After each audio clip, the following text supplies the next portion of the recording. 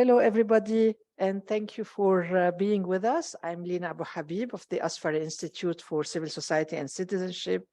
I welcome you to this first dialogue, this first stakeholders dialogue on care with the Global Alliance for Care. I'm not going to talk about the Global Alliance because our guest speaker in a short while is going to introduce it online. I just want to say that we have co-created this space as an opportunity, as a space to start a conversation on a topic that is invisible in our region, a topic that has a lot of implications and that has shown how important it is, particularly during the pandemic. First of all, I want to welcome you and welcome our participants online, but a particular welcome to our students, whom we're really excited to engage with, and hopefully this will give ideas for scholarly work later on. This initiative, this conference and this dialogue, as I said, is in collaboration with UN Women and the Global Alliance for Care and the National Institute for Women in Mexico. The reason why we have come together is because we share the same concern about the importance of care and of centering care in conversation around recovery, but also with our friends at In Mujeres and also with the Mexican government. We share also the same concern for leading a global conversation on care. And it's within this perspective that I'm asking our dear friend, a friend of AUB and a friend of the Asfari Institute, Ambassador José Madrazo, to kick off this conversation with his opening remarks. Ambassador Madrazo, please.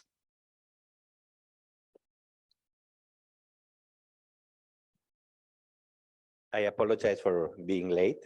Everything was going fine until a few meters from here, but I feel sorry. So, sorry for waiting. Oh, well. In Mexico, we say the same, but it shouldn't happen. I am very pleased to be here. Good afternoon. Always coming to American University in Beirut is a pleasure for me. I feel very honored to open today this dialogue hosted by the Asfari Institute for Civil Society and Citizenship, together with UN Women and the National Institute of Women in Mujeres of the Government of Mexico. I am particularly grateful to my friend, Dr. Lina Abou-Habib's invitation to address you this morning, only a few days after AUB celebrated with great commitment the International Women's Day. It is an honor also to share Mexico's participation today with Dr. Nadine Gasman, President of In Mujeres, who has done an outstanding job in defending the rights of women in my country and who is widely respected in Mexico for her commitment to women issues. As I have said in previous occasions, I understand the Asfari Institute's collaboration with Mexico institutions has to do with the fact that Lebanese and Mexican societies are very close linked and, in my view, face very similar challenges. More than 100 years ago, as you know, hundreds of people from the Levant immigrated to Mexico mainly due to economic reasons and to flee from oppression.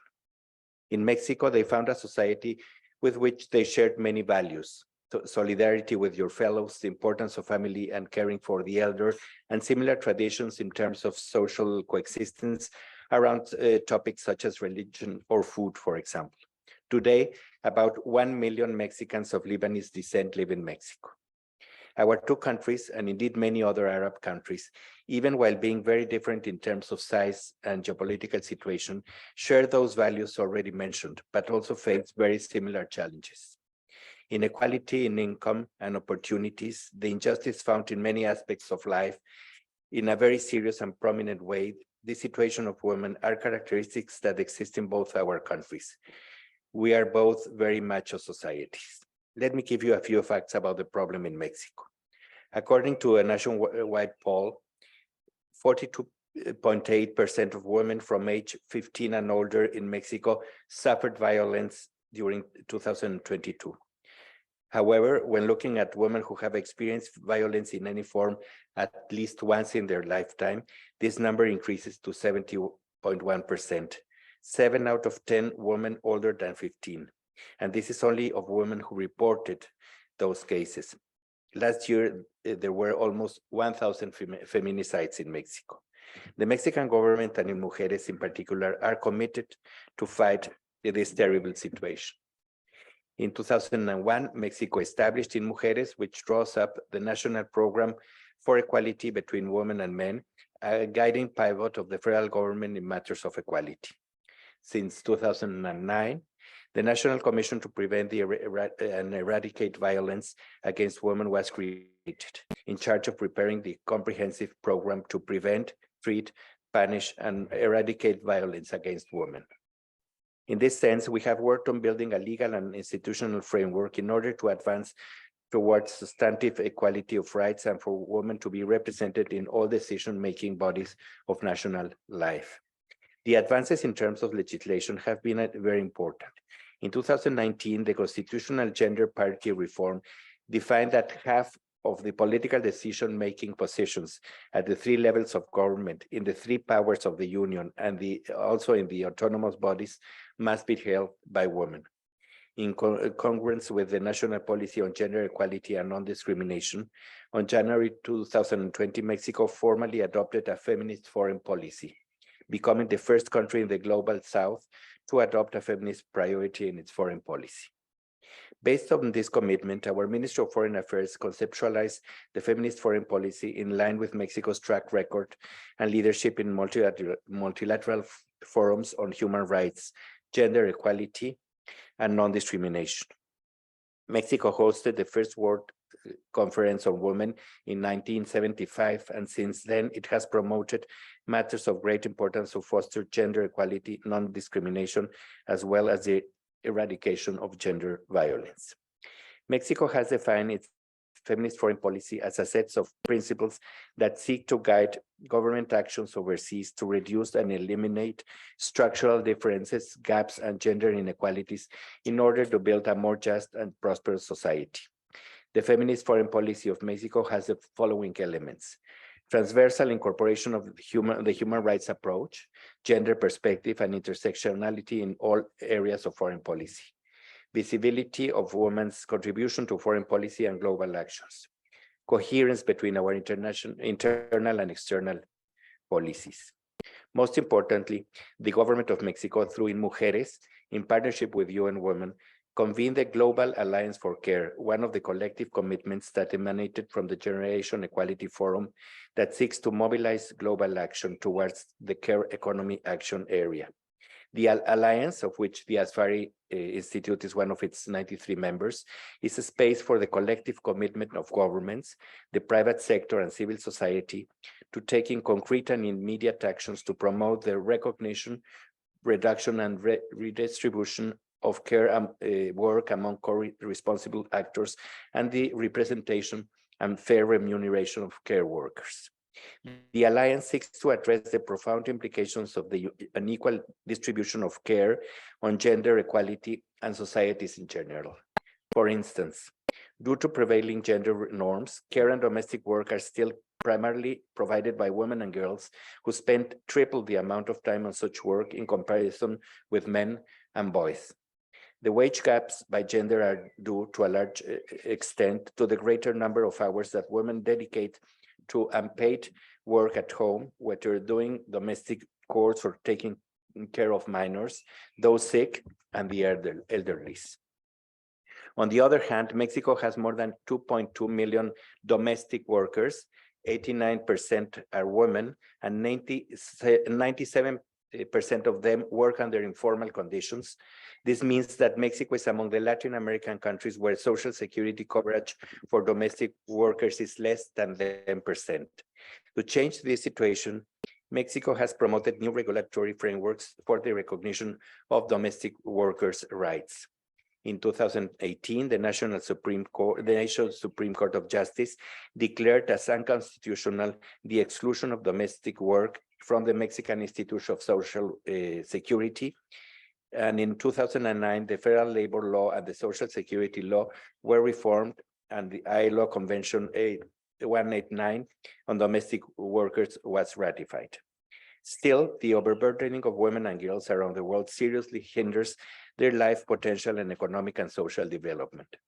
Thus, the Global Alliance for Care issued an urgent call to take concerted action to reduce inequalities and promote a cultural transformation by guaranteeing the recognition, reduction, remuneration, and redistribution of domestic and care work among every co-responsible actor. By increasing and implementing commitments toward economic justice and rights for women and girls worldwide, the Global Alliance for Care also seeks to leverage its partnerships to accelerate an equitable economic recovery from the COVID-19 pandemic. In conclusion, it is imperative to make visible the inequality and the multiple and intersectional forms of discrimination and violence against women that women, adolescents, and girls still experience all over the world. It is time to act for their benefit. Only putting them as a first priority will make it possible to reduce gender gaps and inequalities. Thank you.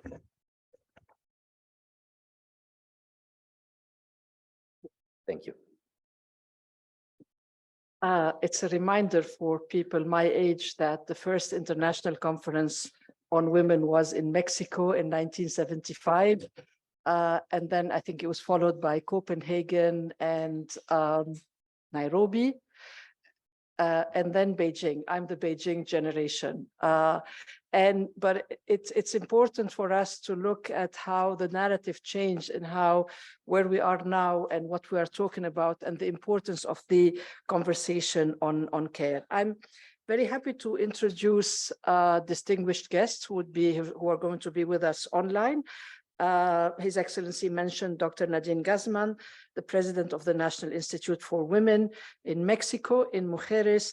And also Dr. Gasman is going to introduce the Global Alliance for Care, of which we are really happy and proud to be members, but also Dr. Jemimah Njuki, Chief of Economic Empowerment Section at UN Women, who will also be talking with us about the programmatic approach to care work. What do we mean? How does it happen when we want to actually implement policies around care work? And what would be the good practices for us in this region as we begin this conversation? This is a pre-recorded conversation, which is around 15 minutes, and then we will move also to the next segment of our program. Thank you, both of you, for opening this really special event. Dr. Gasman, Nadine, if I may, perhaps you can share with us a little bit what is the Global Alliance of Care. And I know you are established in Mexico City, but you do have a global purview. And why do you think this connection, why do you think the timing is really relevant now and important to advance work on care in the Arab states? Thank you very much, Lina, for inviting us to this very important meeting. It is really a pleasure for us, the National Institute of Women of the Government of Mexico, to accompany you in this multilateral dialogue to strengthen the care agenda in the Arab state regions. I want to greet the panelists, and I want also to greet my colleague Jemimah Njuki from UN Women. Well, I'll start saying that we need to understand that we all need care, and that care has been invisible for decades for the world, for all the time, but not for women and not for feminists. And what we have learned, and especially the COVID pandemic showed us, is how relevant care is, how essential it is for life and for sustaining life, and how it is on women's and girls' shoulders. Yes. And I think that's the important thing we need to understand why this became part of the Generation Equality Forum of the Action Coalition on Economic Justice and Rights, and why we felt it was extremely important to launch an alliance as an urgent call to really understand the importance of recognizing this as work, to change the way it's done, because women in general do 3 times more than men of work, mainly unpaid, unseen, that we acknowledge, recognize the caregivers as workers, and that we remunerate them well and create the conditions so it can be a part of the decent work. So I think that's what we're dealing. It's a feminist issue. It has to do with the sexual division of labor. But nowadays, because it became so personal to the whole world at the same time, it is an issue that everybody, and we were talking about with Jemimah before that, everybody understands it better, and we are pushed to do something about. So in the context of the Generation Equality, this very important movement that was done by UN Women with the support of the government of Mexico and France, we launched the Global Alliance of Cares in 2021 and I want to stress that, as an urgent call for action to take measures to reduce gender and social inequalities and to promote a cultural transformation. We say, when we talk about that, what we are changing now is it's a development paradigm, and we're putting at the center the building societies that care.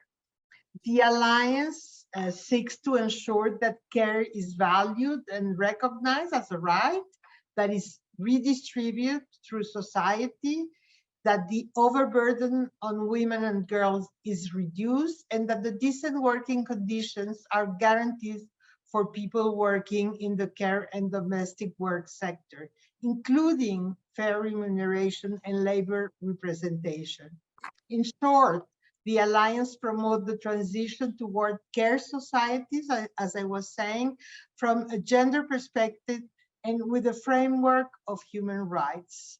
The Global Alliance was created, as you had said in your introduction, a multi-stakeholder spaces where government, international institution, corporate sector, civil society organization, union, and care workers organization, as well as academia, are participating in equal conditions.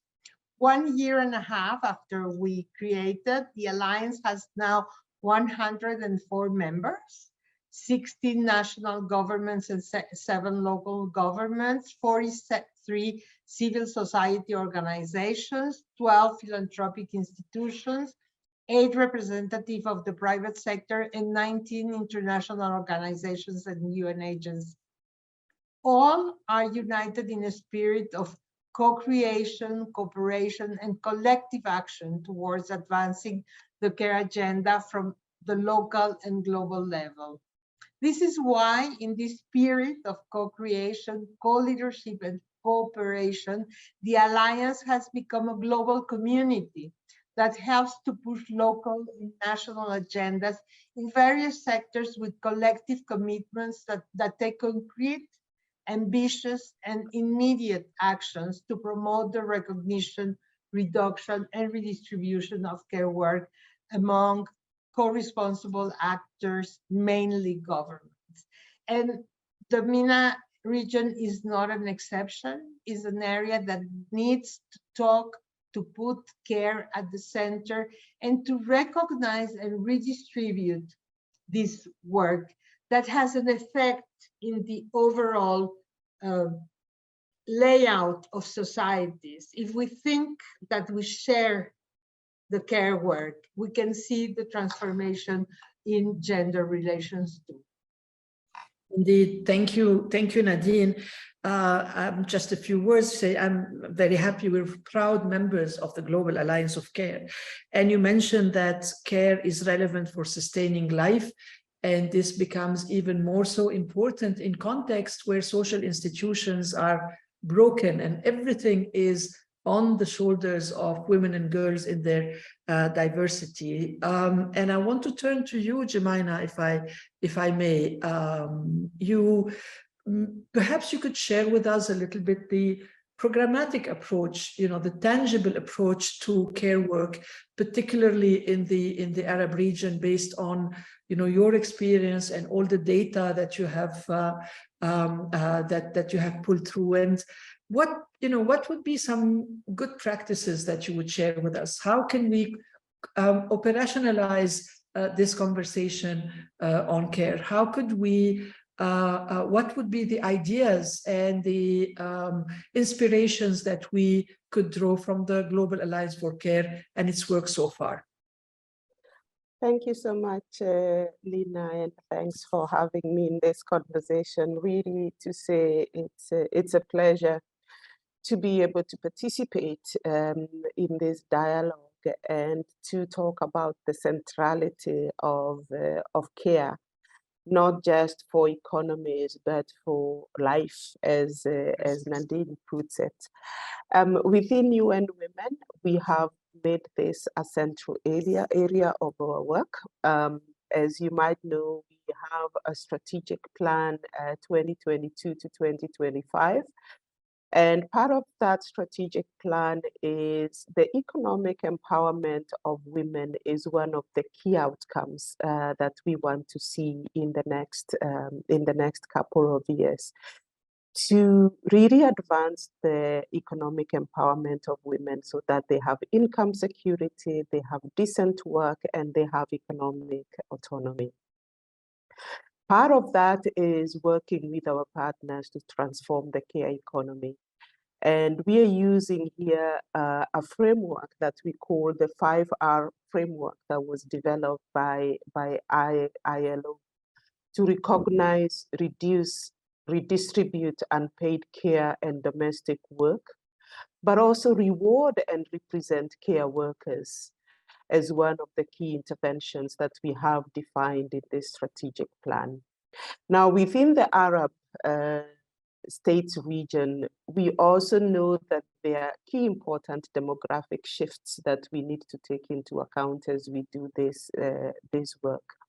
And so what we are doing is taking what we call a life cycle approach, which allows us to profile not who just needs care now, but also who needs care in the future, so that the strategies that we put in place are actually sustainable. But also looking at the other social and economic factor that explain who provides care at the family level and within the paid care sector. Now, I want to highlight a couple of the things that we are doing in the region. And one of the first ones is our work with the public sector, because even within the Global Alliance for Care, we recognize that the provision of care, they're addressing the burdens of unpaid care needs that Nadine has so rightly, and you have rightly said, Lina, fall disproportionately on women and girls. We recognize the role of the public sector, the role of government in actually providing public care services. And so one of the things we are doing in the region is working with ILO on a regional project, a regional program called Promoting Productive Employment and Decent Work for Women in Egypt, Jordan, and Palestine. Now, what this initiative does, it advocates for gender-responsive labor laws and policies, a gender-responsive public sector, and elimination of stereotypes around unpaid care and household work. A huge component of this work is really making sure that governments understand that providing care is not just a cost to them, but that it has potential to generate jobs within the paid care sector. And because a lot of these jobs are held by women, a lot of paid care jobs are held by women, making sure that these jobs are decent jobs. So they're not just jobs, but that they actually are decent jobs, the jobs that women can actually make a decent living from. And so we are using some costing tools, but also tools that help governments to see where they need to make those investments in order to generate jobs, but also in order to provide universal care. This joint program is also acting as a platform to share expertise and knowledge that's created around the care economy with governments, with CSOs, but also with other relevant stakeholders.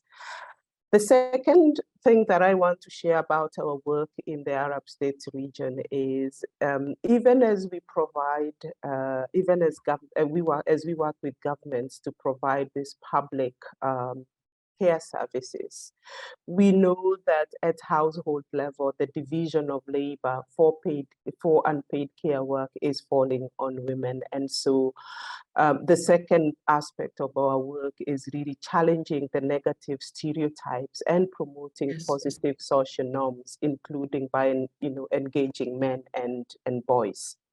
In advancing this objective in the Arab States region, we have an innovative program that relates to care work. It's called Because I Am a Man campaign. It's designed under a regional program on men and women for gender equality.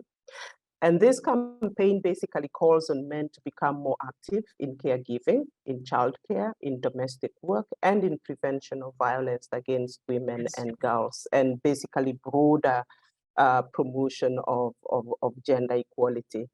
The campaign specifically has a distinct focus on fatherhood as an entry point to engage men in social change, to end discrimination against women and girls. We are aiming to foster changes as well in legislative and the policy realm to sort of support this engagement of men and boys, including having equal paternal and maternal leave, as well as fostering that social change within families, within communities, and societies. And the third example I want to give is our work with the private sector and the importance of partnerships with the private sector to advance and promote gender equality in the workplace. At UN Women, we have what we call the Women's Empowerment Principles. In the region, we are working with close to 500 companies that have already signed on to these empowerment principles, forming part of a global platform of close to 6,500 members that are taking action towards women's economic empowerment. Now, one of the specific principles in these women empowerment principles builds on the private sector's core responsibility on providing care work by committing them to offer flexible work arrangements, leave and re-entry opportunities to positions of equal pay and status, as well as supporting women and men's access to child and dependent care through services, resources, and innovation. Now, this tripartite partnership that I have mentioned, working with the public sector, working with communities, with men and boys, and also working with the private sector is really a core element of the Global Alliance for Care, because we want to say that care is a core responsibility. We have to have core responsibility and core accountability across society, the public sector, and the private sector. And this is basically the approach that we are taking in the Arab states. I'm going to stop there and hand it back to you, Lina. Thank you for Nadine and Jemimah. A conversation on care is a conversation on rights, on state responsibility, on the private sector responsibility. It's a conversation about dignity, about public policy. So I'm very happy that we're able to open this conversation right now. And I'm happy to have with us live and online our colleague Susanne Mikhail, the Regional Director of UN Women, joining us from Cairo. Susanne?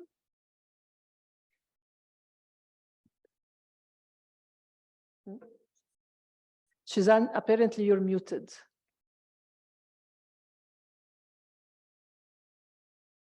Okay, not just muted, muted and frozen. Shall we move to the film and then come back to Susanne? Okay, Susanne, if you're hearing us, we're going to give you a few minutes. Maybe there's an issue with internet. And we want to share with you another point about the conversation on care is also, this is a conversation about intersectionality. And we are very happy to share with you a short interview with one of our most amazing feminist disability activists, Amal Charif, who is going to basically share with us her perspective on what care means. So let's do this with Amal, and then we'll go back to Susanne. فجأة اكتشفنا حالنا انحجزنا ببيوتنا لأنه أنا ما بقدر أظهر من قوتي. حبست الناس ببيوتنا تكنيكلي، جيبوا تقارير طبية لتاخذوا اللقاح قبل غيركم.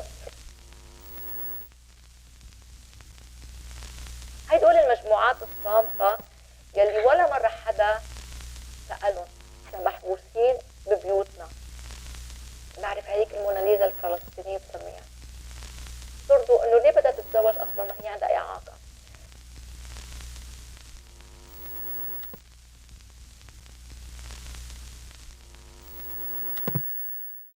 الصبايا بالتحديد والنساء صاروا قدام ضغوطات كتير فيها تحدي، فيها اثبات قدرات، فيها اثبات ذات، بلس انه هن مطلوب منهم صار جهد مضاعف. بينما شفنا هذا الضغط انعمل على الرجال ذوي الاعاقه، بنشوفه اكثر على النساء لانه كان متوقع منهم يقوموا بالعائله اكثر من غيرهم.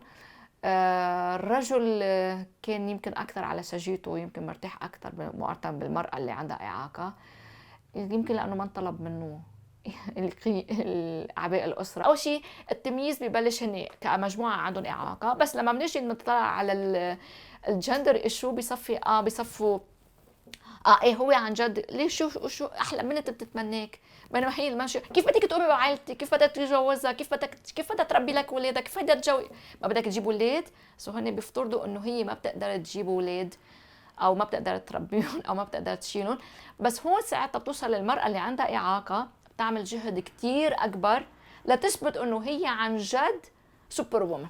كل ما بعدنا عن المدن كل ما صارت المسؤوليه بتختلف. يعني كل ما نحن بالمدينه ببيروت وبمحيط بيروت بيكون المسؤوليات غير، كل ما بعدنا كل ما صارت العائله ما عندها كونتاكت كتير كبير مع الخارج او مع المجموعات او مع الجمعيات، صارت المسؤوليه على الصبيه اللي عندها الاعاقه. ممكن كمان تنحرم من التعلم، ممكن تنحرم من حتى يعني بتصفي كتير مهمشه ضمن الاسره. لما نحكي عن الاشخاص ذوي الاعاقه والنساء بالتحديد، قلنا انه هن دائما عندهم الجهد مضاعف او 3 مرات اكثر من غيرهم. لما في نساء تخلوا عن وظائفهم ليقعدوا يهتموا باسرتهم، سو مينيموم يكون في عندهم انكم ثابت من الدوله تدفعوا تتحمل مسؤوليتهم. لانه هن لما وحده بتقعد ببيتها لتربي عائلتها مش قعدت ببيتها لانه هي بدها تقعد. سو هذا حقوق الانسان هيك بتقول انه لازم يكون يتراعى وضعها، مش تصير ديبندنت على الرجل. اذا الرجل صار له شيء هي بتصفي تتخلى عن حقوقها او عن يعني بتصفي الاولويات عندها عائلتها مش حالها. بينما اذا هي عندها انكم ثابت بتعرف انه انا هذا الانكم في جزء منه حيروح لصحتي للاهتمام بحالي، مش اتخلى عن انه فحص الثدي وعن الاهتمام، اتخلى عن انه بجيب نوعيه الفوطه المنيحه لانه انا بدي اجيب الارخص لانه المصاري بدي اوفرهم اشتري فيهم شيء اكل للبيت. ما بدي اشتري هذا الدواء لانه ما بقى في معي مصاري للبيت. يعني هي دائما عم تتخلى المراه حاجات لها كرمال عائلتها. بدنا نوصل لمطرح انه المراه اللي عندها اعاقه يكون عندها انكم يحفظ كرامتها، يحفظ حقوقها، تحافظ على صحتها، وحتى على جمالها. هي من حقها كمان تحس حالها جميله ومهتمه بحالها. هذا الشيء بخليها توصل لمرحله نفسيا حتكون مرتاحه. لما هي ماديا مرتاحه حترتاح بمحيطها وبعائلتها، وحترتاح مع عائلتها ومع نفسيا حترتاح، حتكون مستقله. واذا اذا صار معها مشاكل مع جوزها حتقول له باي، انا بقدر بهتم بحالي وبعائلتي. هذا الشيء كثير ضروري.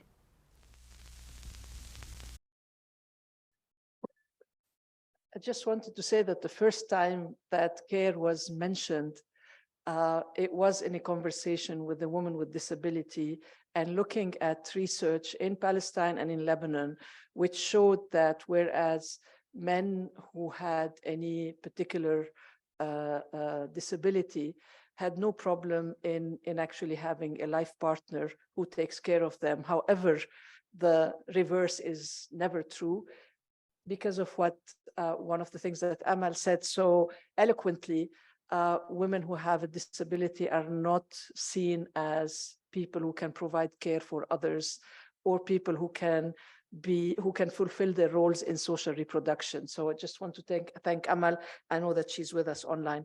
Do you think Susanne is ready? Okay, we're taking Susanne and her input from Cairo, and then we move on to our interactive panel.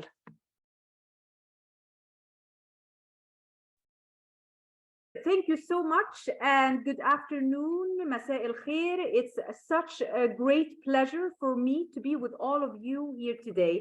Excellencies, colleagues, and my very dear friends, I am happy to be with you for a number of reasons.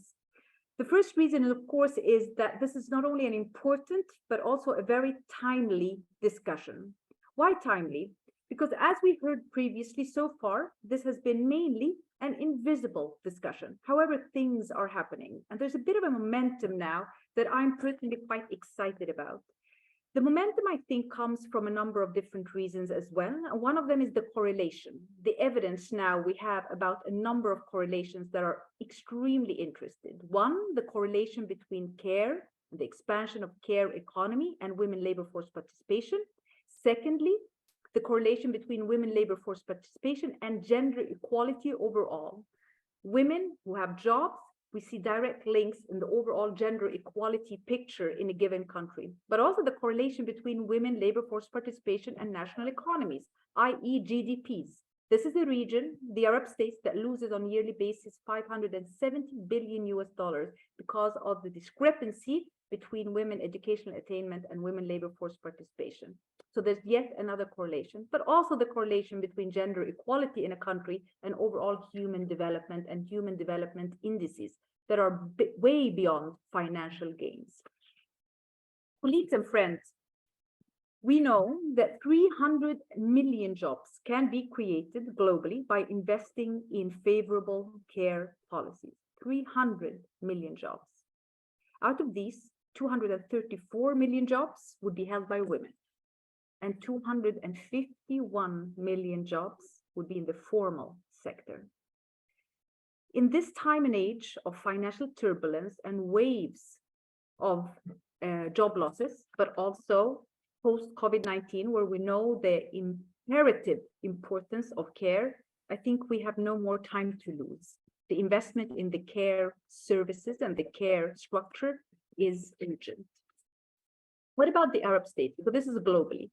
There's a number of studies and research that UN Women has vested in the past couple of years, and I want to share with you a couple of exciting numbers. Exciting, some of them because they can be used as opportunities as well. But first, the less exciting figures. 4.721, you've heard this before. In the Arab states, women perform about 4.7 times more unpaid care work than men. Colleagues, this is a global record. No other region has these numbers. But we also know from our own region that 44% of women actually cite limited policies on work-life balance as a main obstacle to holding a job. And areas that are coming out of paramount importance in these studies are care, or rather the limited support in care, care of children, care of elderly. We also know that care services in general, on average, provide a supply of around 10% of all needs in the region. That's a very limited number. But then what's the good news?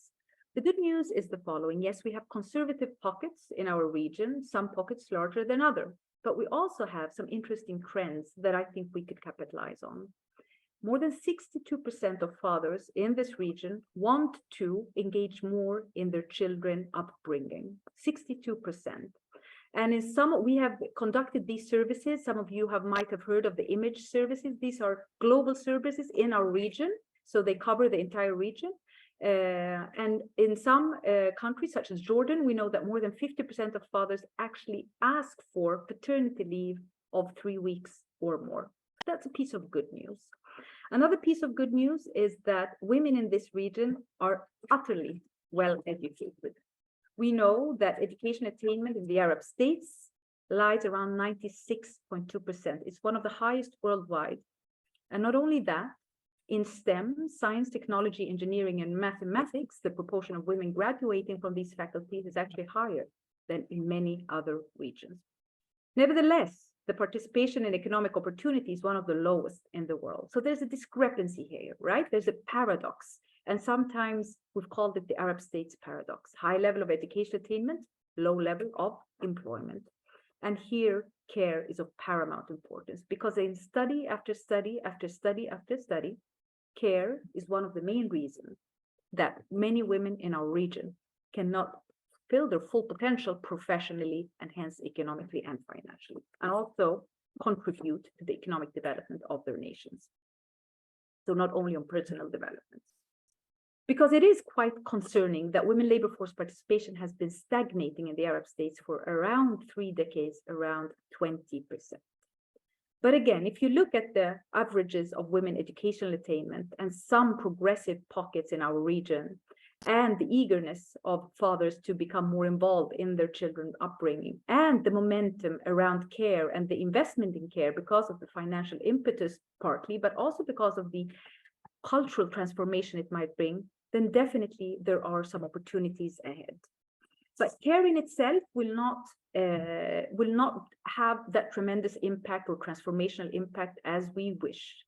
We need to work multidisciplinary, meaning that care investment is a main pillar, but also looking at social norms, looking at legal amendments. Colleagues, we still have laws in our region that prohibit women from certain positions. We also need to work very closely with the private sector. The main job growth comes from the private sector these days. And UN Women works with more than 490 private sector companies in our region through the WEPs, the Women Employment Principles. And social norms, of course, you've heard my colleague Jemimah, she spoke of the Because of I Am a Man campaign. In the future, actually starting from a couple of months from now, it's will turn to Dare to Care campaign, which is a way to involve more fathers in care and in the households. So it's a multidisciplinary approach, but in the heart, amongst a multidisciplinary program, the care economy and care services must be integral. Colleagues, thank you so much for listening, and I am very much looking forward to a fruitful discussion today. Thank you. Susanne, thank you so much. And what you mentioned, that this has been so far an invisible subject, indeed. And I think, other incredibly problematic issues were invisible until they weren't. And I think that's the issue with care. And I want to remind us all, since we have MP Dr. Inaya with us, that a conversation around sexual harassment in the Lebanese parliament many years ago was met with mockery. And it took, I think, a couple of decades before, a collective effort, but also led by Dr. Inaya in actually making it a law, making sexual harassment illegal, basically, and criminalizing sexual harassment. So I think the reason why we're here now is because we're trying to basically challenge the invisibility of care work. And thank you for being with us. And I want to invite our panelist, Nadia Mahmood from Iraq.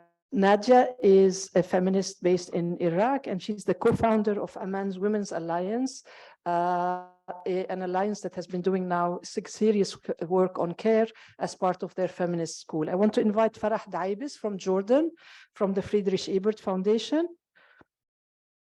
Farah is a feminist who's been working on integrating a feminist perspective into discussions on climate justice, but also she's been doing incredible work on care.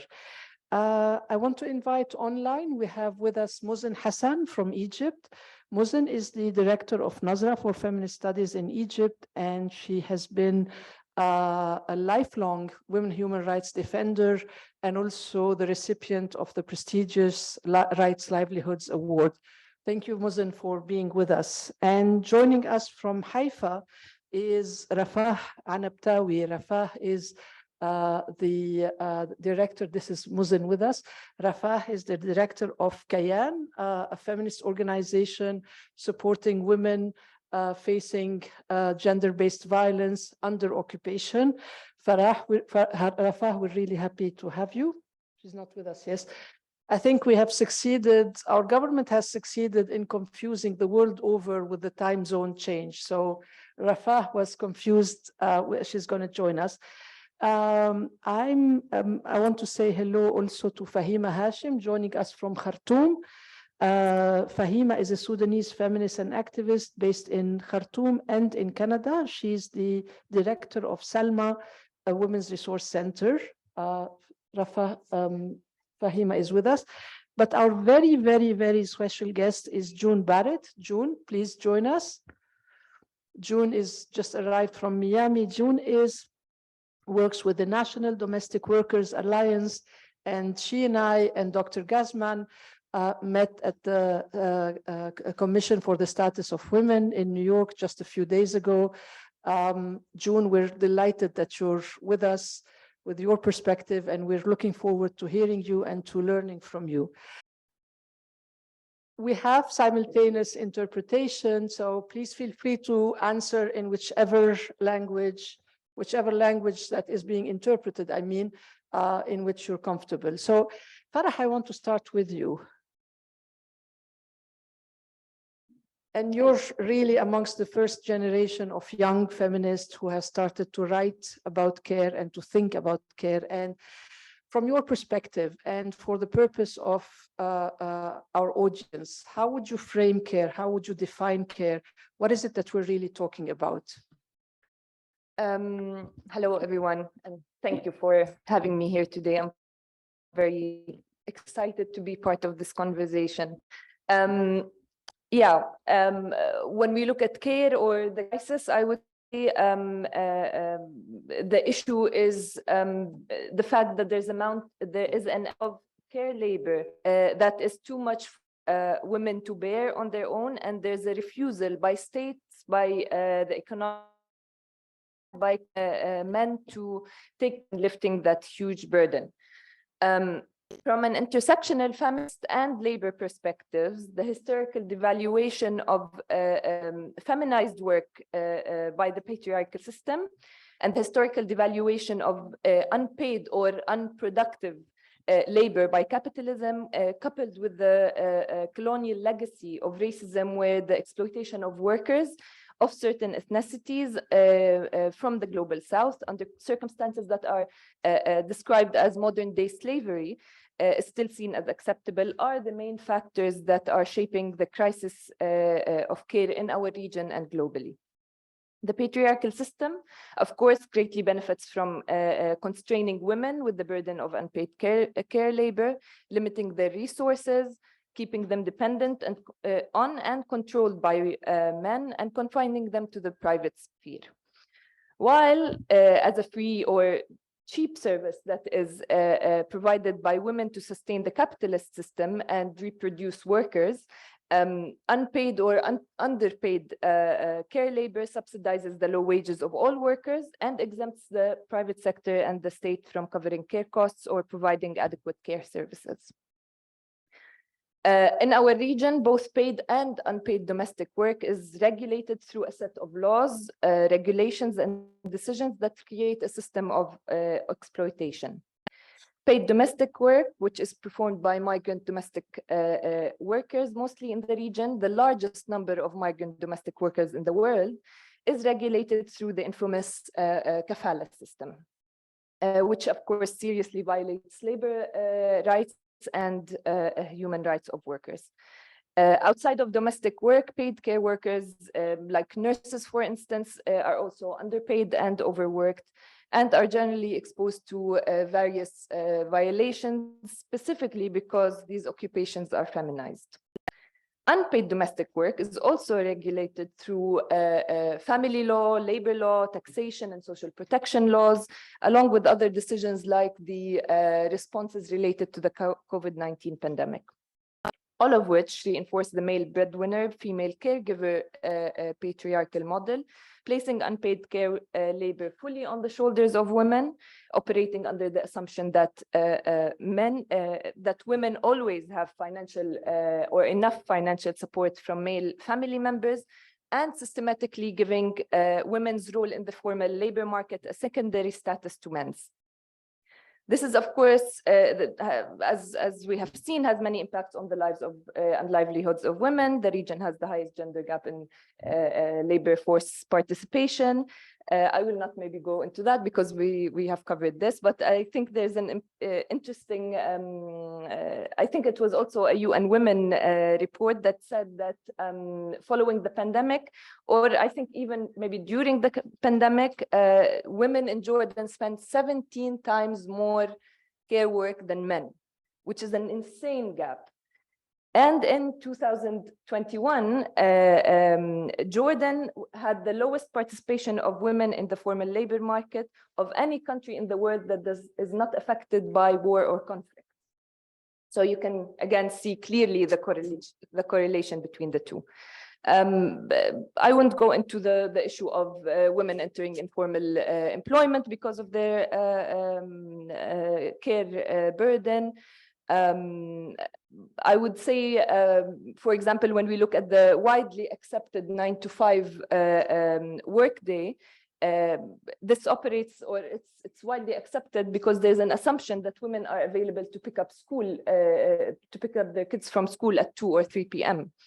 So there's a general acceptance and assumption that women are always available, women have the flexibility and the free time to do all this labor. So yeah, to sum up, the crisis of care lies in the continuous refusal to recognize reproductive work as work, the systemic ways in which exploitation of women's labor is accepted and upheld, and the complete disregard for the repercussions of this exploitation on the lives and livelihoods of women by states, economic actors, and societies. Thank you. And I think it circles back to what Susanne was saying, the devalorization of care, the fact that it is invisible, and by being invisible, we don't put in place and we don't invest in public policies that would actually recognize, reduce, and redistribute. I wanted to take the question to Nadia. First of all, we're very happy to have you with us. Within the context of Iraq, where you're working, could we have your thoughts or reflections on the ways in which care is, on the one hand, not recognized, but on the other hand, so important for the livelihoods of communities, particularly in communities, in post-conflict communities? سوري أتكلم بالعربي. شكرا جزيلا لينا على الدعوة وسعيدة أكون معكم. هذا أول حضور لمشاركة بحديث حول هذا النوع العمل الرعائي. بالنسبة للعراق إذا كان invisible العمل الرعائي، فبالعراق very much invisible. نعرف أنه يعني تعريفنا تفضلت بفيفيان حول العمل الرعائي، يعني الوضع مقسم أنه الرجال في الإنتاج والنساء في إعادة الإنتاج، ودور المرأة حسب الأعراف الاجتماعية وحسب القوانين وحسب الاقتصاد معين لها أن يكون دورها الرئيسي هو في إعادة الإنتاج أو في العمل الرعائي. لحسن الحظ حالياً وجدت بعض التقارير أو كتبت بعض التقارير من قبل المنظمات الدولية مثل United Nations Women UN Women كتبوا عن هذا الموضوع، منظمة الهجرة منظمة العمل الدولية كتبت عن هذا الموضوع، ومنظمات أخرى، وأعطتنا إحصائيات عن الوقت الذي تصرفه المرأة في العمل الرعائي والعمل المنزلي. فحاليا واعتقد من سنه 2018 بدا الالتفات الى قضيه العمل الرعائي من قبل المنظمات الدوليه، فشكرا لهم.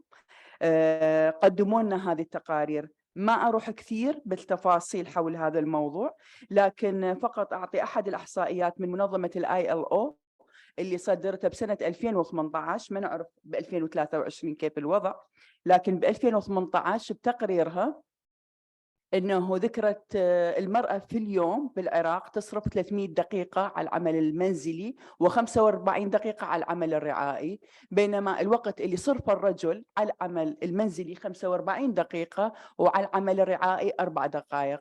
فكثير بالإضافة إلى تقرير ILO هنالك تقارير أخرى، لكن مختصر أنه هنالك فجوة بدور الرجل والمرأة قدرها 36%. وطبعا كان عندنا في الجهاز الإحصاء المركزي في العراق قدم دراسة ب 2012 عن عمل مسح اقتصادي اجتماعي، أكد على أنه المرأة تشتغل 6 ساعات باليوم بالعمل الرعائي. طبعا هذه كإحصائيات تعطينا فكرة عن الأرقام. طبعا أكيد الوضع، نحن حاليا في رمضان، وفي رمضان الرجال الصائمين ينتظرون الفطور، والنساء الصائمات يصرفون أوقات إضافية عن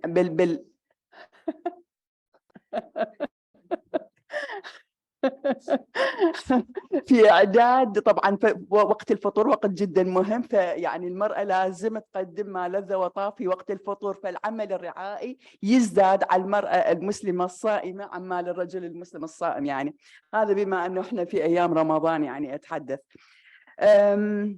بالدستور العراقي بالمادة 29 اتأكد بشكل يعني شبه غامض أنه مسؤولية تربية الأولاد هي مسؤولية العائلة. طبعا ولما نتحدث عن العائلة الأم، ما يقولون الأم. وأيضا تتحدث المادة 29 أنه مسؤولية العائلة العناية بكبار السن، والعائلة أيضا مرة أخرى هم النساء. فهذا موجود بالدستور العراقي. طبعا بالإضافة إلى هنالك قوانين أخرى حول حقية الرجل بممارسة أو ديسيبلين تأديب المرأة.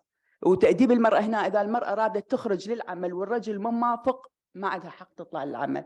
يعني احنا إذا نريد نتحدث عن الريديستريبيوشن أو إعادة توزيع العمل المنزلي، وأنه المرأة كيف نشجعها أنه تروح إلى العمل، أنه نقلل من أعبائها المنزلية حتى تقدر تروح إلى العمل. فالرجل عنده الحق يمنع المرأة من العمل ويخليها في البيت، وقانونا محمي. المادة 41 من قانون العقوبات العراقي رقم 111 لسنة 69 تعطي هذا الحق لممارسة العنف أو لتأديب كما يسميها القانون. طبعا وبالعراق طبعا هي المسائل مرتبطة ببعض، يعني مسألة العنف ضد المرأة، مسألة يعني الصلاحية اللي عند الرجل معطاه أنه يتحكم بعملها وفرض العمل المنزلي عليها. أنا أتكلم بسرعة لأن أخاف من الوقت. فالقانون يعني يسمح بممارسة العنف مثل بالمادة اللي ذكرتها. وأيضا المنظمات النسوية بالعراق للسنة 13 على التوالي يطالبون من البرلمان العراقي قرر قانون يجرم العنف الأسري. لحد الآن ما أقروا هذا القانون. من ناحية أخرى طبعا العراق تعرفون بلد ريعي يعتمد بشكل أساسي على النفط. النساء لهم حق فقط 10% النساء عندهم حق يشتغلون بهذا القطاع. فتخيلوا بأهم قطاع اقتصادي بالعراق هنالك سواء كان بشكل رسمي أو غير رسمي أكثر من 10% لا يجب أن يشغل قطاع النفط في العراق، أكثر من 10% في هذا الاقتصاد المهم. لذلك النساء في العراق نسبتهم في الاقتصاد في السوق، دور النساء في العمل مدفوع الأجر في السوق 12% حسب إحصاءات المنظمات الدولية، البنك الدولي والILO وغيرها من المنظمات. 12% هي الأوطأ في المنطقة وفي العالم. وضمن ال 12% من النساء اللي يشتغلون عمل مدفوع الأجر 47% منهم يشتغلون في القطاع غير الرسمي. القطاع الرسمي غير رسمي يعني قطاع بدون حقوق. طبعا الشيء الآخر، العراق بعد 2003 تبني السياسات النيوليبرالية وتقليص دور الدولة بتعيين توفير فرص عمل حكومية. طبعا أعطى الأولوية للرجال بفرص العمل. ليش؟ لأن يعتبر الرجل هو رب الأسرة، هو البريد وينر، هو وظيفته إعالة الأسرة، بينما المرأة مو مطلوب منها حسب الأعراف أنه تقوم بالعمل لتوفير المعيشة للأسرة، فدائما الأولوية للرجال على حساب النساء. فهذا الوضع بالنسبة للعمل الرعائي. طبعا يعني الدولة ما مهتمة بهذا الأمر حسب علمي حتى ما أظلم أحد. المنظمات المجتمع المدني النسوية الNGOs اللي دائما عملها يعتمد على المشاريع، تنفيذ مشاريع أكثر مما عندهم قضية يحتاج لها مدى طويل، مثل قضية العمل الرعائي، عمل طويل المدى يعني ما مرتبط بمشروع معين، قضية كبيرة يعني. فلذلك أدعي أنه أنا شخصياً عندي 30 سنة بالعمل النسوي، تعرفت لأول مرة على العمل الرعائي من خلال لينا أبو-حبيب لما عملوا ندوة على الأونلاين زوم في بداية الكورونا، وكان عن العمل الرعائي. فإذا كنت أنا اللي عندي 30 سنة ما سامعة بهذا الموضوع بالعراق، وسمعته خلال فترة كورونا من لينا، وبعدين احنا في تحالف امان النسوي عندنا مدرسه نسويه، وبالمدرسه النسويه خصصنا دروس عن العمل الرعائي، ولينا حضرت وقدمت المحاضرات لطالباتنا في هذه المدرسه النسويه، فبدينا نتحدث عن موضوع العمل الرعائي. فاشوف انه يعني احنا بدينا نتحدث عن هذا الموضوع، واعتقد هذه فرصه عظيمه، ووجودنا اليوم في شيء عظيم، واعتقد راح ممكن نسوي اشياء مستقبلا على العمل الرعائي. شكرا. Thank you, Nadia, for making the link between the ways in which social gender norms permeate policies, permeate economic policies, affect decisions on who gets a job, who doesn't get a job, and actually determine the lives and livelihoods of people based on these social norms. Thank you for this. And you've also mentioned the whole issue of double shifts, of the skewed burden. I think we're going to hear things that that would circle back to the points you made from Rafah. Is Rafah with us? Yes. Rafah, أهلا وسهلا فيك. Rafah is from Kayan, from Haifa. We're really happy to have you with us. Kayan is a Palestinian organization working with women under occupation in the most difficult circumstances and working on issues related to gender-based violence. Rafah, from your perspective, from where you are, how do you frame the crisis of care and what you see in your work within Kayan? شكرا لينا وشكرا للاستضافة ولإتاحة الفرصة. الصوت مش مسموع كيان، إذا بدك فيك تحكي بالعربي كمان. الصوت ما بتفرق معي، بقدر أحكي بالعربي وبالإنجليزي. واضح الصوت؟ الصوت مسموع؟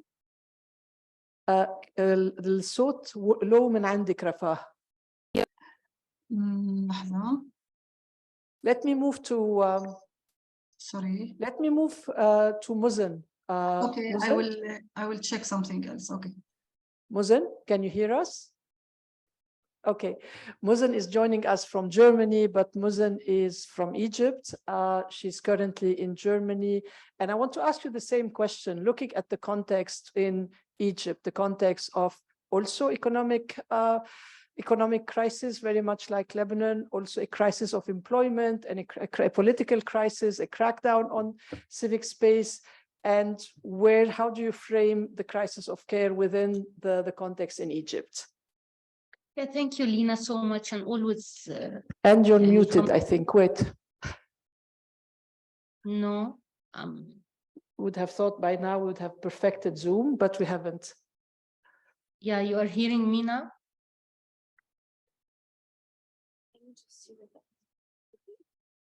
من عنا. طيب.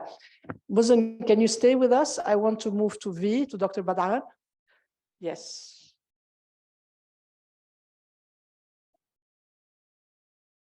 What am I answering, Lina?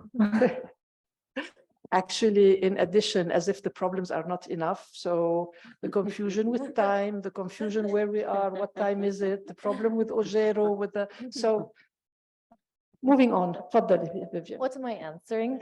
Same. Okay. So Vivienne, I want to take it to Lebanon and also contextualize our, thinking about care and framing the definition of care within a context of total breakdown. Absolutely. So one of the things that I heard from my colleagues that I wanted to comment on is this idea that we always think about, relieving the burden of care for women so that women can enter the marketplace, right? But at the end of the day, it's even if, and we see in the context of Lebanon and probably globally as well, even if women do enter the workplace, at the end of the day, they're doing just more labor. So if we are to frame the care crisis from the perspective of economic empowerment and just, putting more people out there to work and produce, mostly for companies and firms, then we are missing a big point about, the injustice of work and the distribution of work. Now, in the context of Lebanon, we have to circle back to the point that in a system with intense economic inequality and gendered inequalities as well. Most of the burden of care, as Farah mentioned regionally, but in Lebanon most prominently is thrown in the hands of migrant domestic workers. So we cannot really talk about the crisis of care in Lebanon without centering the problematic, the oppressive kafala system that most migrant workers work under. And most of these workers come into the country under conditions that are supposed to be their terrible work conditions and labor conditions to start with. It's a modern day slavery kind of system, but also even within the stipulations of their work, they're not supposed to be care workers. Their major responsibilities are supposed to be around the home care or house care rather than, child care or elderly care or caring for disabled folks within the household. So here, this is a big labor issue when you're bringing in workers supposedly to do one form of work and then they end up doing multiple forms of work, not being compensated enough for it, not having any kind of decent working conditions. And I think that pushing this idea, pushing the problem that we're facing with the terrible kafala system to the forefront of the discussion of the care discourse and the care work crisis in Lebanon and in the region more broadly is a crucial concern and should be a crucial concern for all of us. Because even in families where, even in, let's say, middle-class families in Lebanon, usually you think you would have a domestic worker only if you come from certain echelons of society. In Lebanon, that's not the case. A lot of households hire workers to do a lot of the domestic labor, but also the childcare labor and elderly care labor. And those are not necessarily very wealthy families. It's also middle-class families. And in those families, sometimes the women don't even work or the men don't work or what have you. And still the burden of care is pushed almost completely on the migrant workers. So for me, I think talking about care work, besides the gender dimensions, besides the fact that there are clear gender role dynamics playing a role here, where men are supposed to be breadwinners and women are supposed to be caregivers, it's not necessarily Lebanese women who are doing the caregiving, it's migrant domestic workers. And I think for me, that's at the heart of the problem. Thank you. And I think this takes me nicely to a question I wanted to ask June Barrett, our guest from the National Domestic Workers Alliance. June, you've heard a little bit about the ways in which women migrant domestic workers come into this part of the world under a system which actually, as a Lebanese, I'm ashamed of having a kafala system, a sponsorship system. Looking more from a feminist perspective in terms of mobilizing against such systems across the world, I would be really interested to learn more, and I think all of us would want to learn more about the ways in which organizing amongst domestic workers, the ways in which, you know, coming together against to address and challenge such systems. What has been your experience, and what can you share with us? First of all, let me say thank you for all the folks who handle the logistics part of getting me here. Thank you so much, Lina. And, you know, I love coming into academic spaces. I am a domestic worker, right? I still work as a domestic worker. I work in the care industry. So it's very fitting that I'm here to be a part of this global and very urgent conversation. So I'm going to go a little bit into care. So, you know, in the United States, as I said, we are, you know, facing this care crisis. From the US perspective, families are feeling the strain, and so are the workers. Families that need care. So for us, care is a wider, broader issue. And so we also have a situation of families who cannot afford care. And you have people like myself who do not earn enough to make ends meet and cannot afford care. If I should get, you know, hail in the United States. There's a saying that care work is not real work. And I'm here to say that care work is real work, and it is also the work that make other work possible when a nanny comes into your home to take care of your children, so you can turn up at the office, or if you're a sick parent, you know, you can have a care worker taking care of that person. So how dare you say that it's not real work?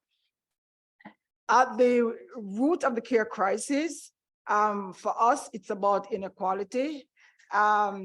This work, as I said, has been historically undervalued. And I will move into the immigration aspect of it. I'm an immigrant, and the domestic work, the people who is doing the work are mostly immigrant women, women of color, Black women.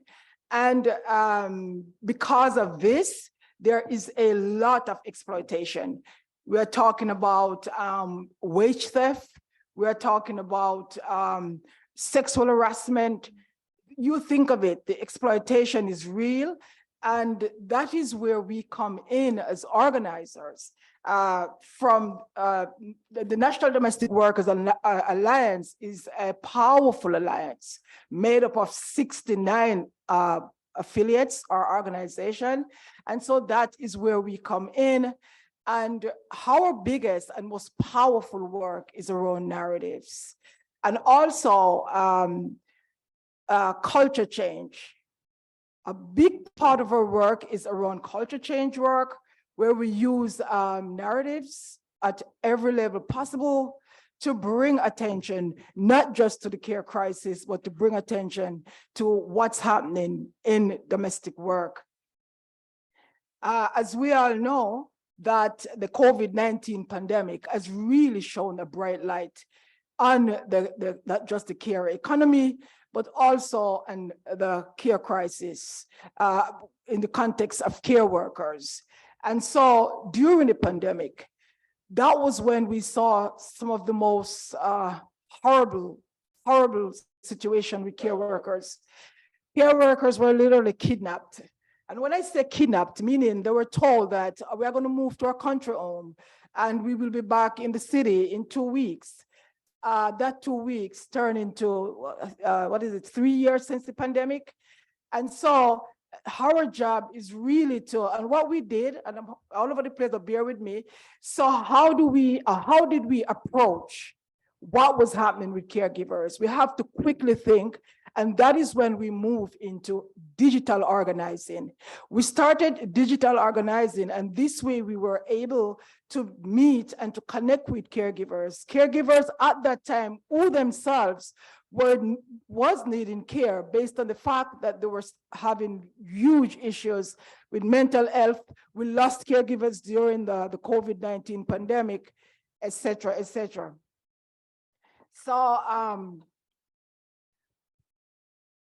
the positive thing that came out of the pandemic was greater visibility to the critical role we play as care workers and the recognition of the care crisis, that our society is not currently able to meet families' care needs because not enough people are willing to do these jobs under the current conditions.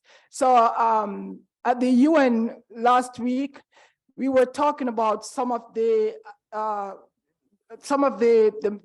methods that we use to bring attention to what was happening in the care industry, not just with the from the caregiver's perspective, but what was happening on the wider scale around care.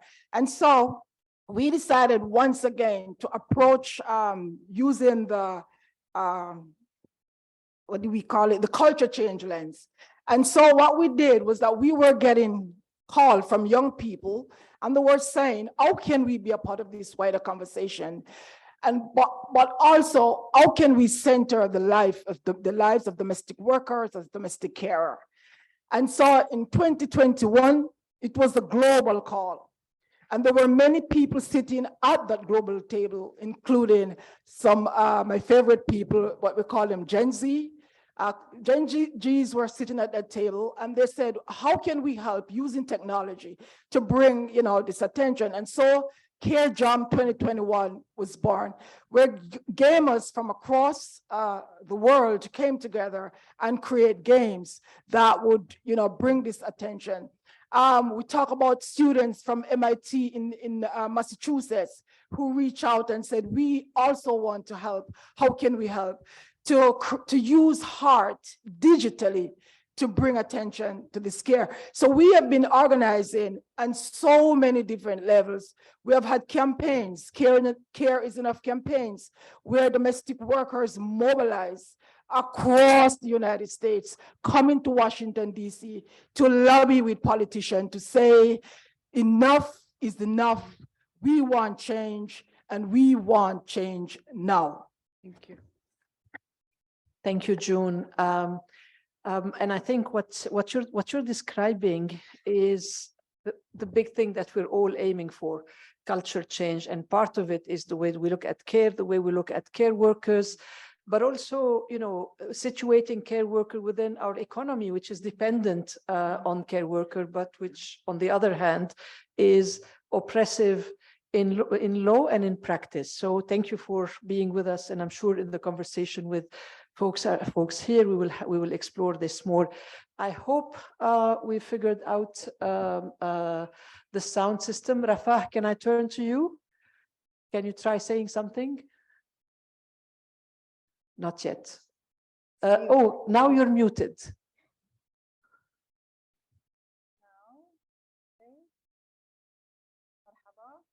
أهلا. Yes. تفضلي رفاه. اوكي، شكرا لينا على الاستضافه وباقي المؤسسات كمان. موضوع كثير مهم، ومهم ان الصوت الفلسطيني يكون حاضر هذا الشيء ضمن. راح احكي بالانجليزي لانه فهمت انه لازم احكي بالانجليزي. رفاه فيك تقربي على المايك الله يخليكي. سامعين احسن؟ استا احسن؟ ممتاز. Go ahead. Okay, ممتاز. Okay, I'll move to English. And I would represent the situation in Palestine. And when we talk about Palestine and Palestinian women, we need to understand the complex socio-political context that we live in. And I believe, and as well the organization that I work with, Kayan, we believe that we can't address the situation of Palestinian women in general, and this topic in particular throughout the historical Palestine, separately from the ongoing Israeli occupation. And we also need to be aware to the fact that Palestinians in historical Palestine live under two authorities. As a part of Palestinians belong to the OPT, West Bank and Gaza and Jerusalem, and another part that I'm part of is the indigenous people that stayed in our homeland, and we are part of the Palestinian minority in the lands of 48. So it's very important to distinguish between these two things. But we always believe that the occupation is still ongoing occupation that affect all of Palestinians, but affect women more than others and young people. As women in occupied Palestine territory suffer from multiple and intersectional challenges, including ongoing conflict, all forms of violence, gender-based violence, bad economic situation, including high unemployment rate and exclusion from decision-making processes. The reality in Palestine, in all of the areas, it's very similar. Maybe there is differences in the numbers, on the statistics, but in fact, most of the things are very similar. The reality clearly shows gender gaps and inequality between women and men, boys and girls, and almost there is no or very, very little investment in the problem from the authorities. From Kayan's experience on the field, on the grassroots, we work mainly with Palestinian women and youth. We clearly see like the gap between women and men, and as like women, similar to the other places in the world, do less paid work, more unpaid care work, and domestic work, which for sure badly affect women's status and their economic situation. I'll give just some examples from data that I found in several reports, part of them that was published by the UN Women and another organization about Palestine, and I will add about the land of 48. Like, for example, in the OPT, 20% of women participate in the workforce compared to 80% of men. And when we talk on the COVID crisis, the situation became worse for sure. In 48 lands, 30 of the Palestinian women participate in the workforce compared to 80 Jewish women, 80% Jewish women, and 75 Palestinian men. Employment, and it's very important point also to divide between married women and not married women, or single women or single mothers, because also there is differences on the statistics. For example, employed married women spend more total hours working, paid or unpaid work than married men. When women work for pay, it is mostly in care occupations, which account for nearly half of all female jobs. Even the gender gap, wage gaps. So in 48 lands, for example, women earn at least 30% less than men. So it's very clear like that the gaps and all of the issue of care work and domestic work and invisible work, it's nothing that on the agenda on Palestine, even if we talk about civil society, it's not strongly, let's say, or as it should be on the agenda. Even researches and report, it's recently we see more like research and report about this. But I want to raise another important point that I didn't hear about it or read a lot about it. And when we talk about the invisible work or unpaid work in the workplace itself. So it's very interesting that most of us don't talk about it, that even in the places where women employed, and there is men and women, we see like this phenomena of unpaid or care work. It's also existing there without paying the woman extra money. And usually the people, like the ones that do the unpaid work or invisible work in the workplace, the women. And I'm talking about things like, writing protocols or arranging meetings or follow up with the logistic things from home. So unpaid work for women that she's in the workforce could be in the workplace itself and also in at home, like when she be with another, like another shift to take care for the family and the household. If I want to talk about the corona, as I said, all of these numbers and statistics become worse after the corona. For example, 70 of women lost their job in the corona crisis or COVID crisis compared to 3% of men. And most of the women like that lost their job didn't find another job, or they didn't find another, or they find like a less percentage of the job, because most of the like the work or the women worked in the care force work. So it's also after the corona, a lot of changes happened in this, like, and a lot of places was closed. So that means also that the authorities didn't think about it and didn't offer any solution or any solution for the long term that could really increase women participation in the workforce. In addition, I would like to highlight that when we talk about domestic work and home responsibilities and family responsibility, it's still like problem in both levels, the governmental level and the institutional level, and also the societal level, because we still, it's still not acceptable even to talk about shared responsibilities at family or at home, and that affect for sure women participation also in the workforce. So this is something that should be on the agenda for civil society and for feminist organizations, and to put it clearly on the table, even when we talk, and I heard one of my the other panelists here, like that care work is work. It should be considered as work, and this is should take us to start to think about also taking care of the children. It's work, and it should be evaluated and estimated, like when we consider our economic situation compared to the men. And why that is important? Because it's power.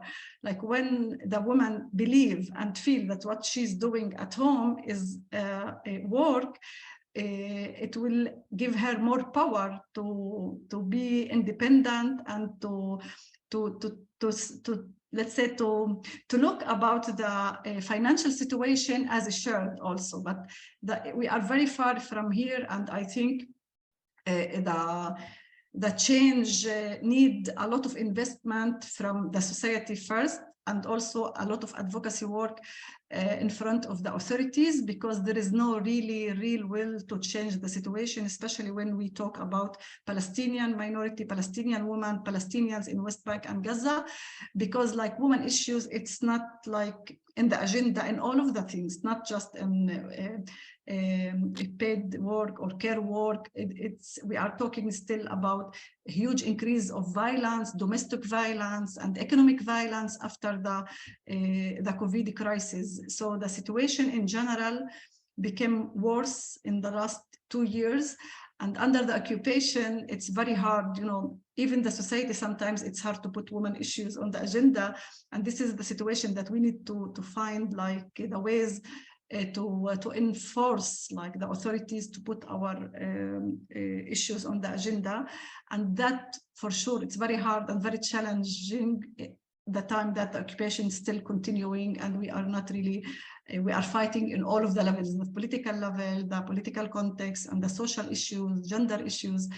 So this is about the case in Palestine.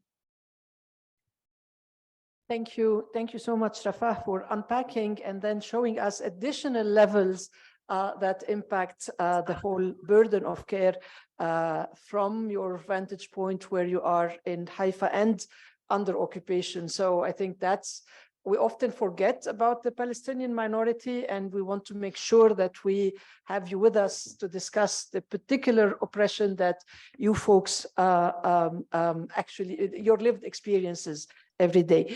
And one point that you mentioned, which is interesting, when as feminists, we started looking at informality, work informality, and it was a first discovery that actually you have informality in the formal sector, but actually this is a great addition that you're making, invisible care work within the visible economic sector. I think that's something that is really food for thought. I want to move to Mozn and go back to the same question again, Mozn, your perspective from Egypt. And I remember, just to preface this by saying that when COVID started, Mozn was part of an informal feminist network to discuss what feminist organizations were doing during the lockdown. And a lot of information and analysis and discoveries came during these discussions. So over to you, Mozn, to share with us. Yeah, thank you, Lina, so much. And thank you for the Asfari team generally and the young feminists there to open these issues and open these spaces to discuss such a thing. I do believe that if we want to talk about care, I think from the beginning, we have to deconstruct what's care. And we have to understand that all the definitions we have about care in our region is mainly about power dynamics and a patriarchal perspective of care. So it's mainly, if we want to deconstruct, to redefine what's care, we have to see what's happening in our region about care. Care means most of the time that it is something related to vulnerability, related to being nice but not efficient, and it is mainly about victimization. So it has been associated directly with women, and this makes feminists discussing care is something so complicated. But while we are trying to redefine care from a feminist perspective, I do think that it's important to see how care is about this holistic approach of understanding the society, and about it is a choice, not something given because we have been born as women, just we have to care generally. And while it is a choice, so it is a burden, and being a burden needs something holistic to understand and deal with and have such a benefit out of it. I think most of the discussions about care, and I appreciate what Nadia has been saying about that, it's not an open discussion in our feminist movements. I think it is a discussion in different movements, but not from this deep feminist analysis to it, or it's not a holistic thing. But seeing, and I think what happened within the COVID time, that we popped all our problems in front of us. And for us as feminists or women's rights activists in this region, and in Egypt as example, it was about that this is clear that we have more burden than men just because we have been born as women, and this society think that we have to take care of everything. So even when many policies have been taken to deal with this issue, it wasn't gender sensitive because it dealt with women mostly from this victimization thing. So when we dealt about how the violence has been increased within the COVID time, as example, it didn't translate to have better laws or better services for women inside the government, or more international attention on civil society or feminist organization funding or resources to take care of women. No, it has been translated to this victimization thing that like haram, sorry for what's happening to you. Even within the political context, Egypt is facing a big political problem with many and hundreds and thousands of people who are in prison.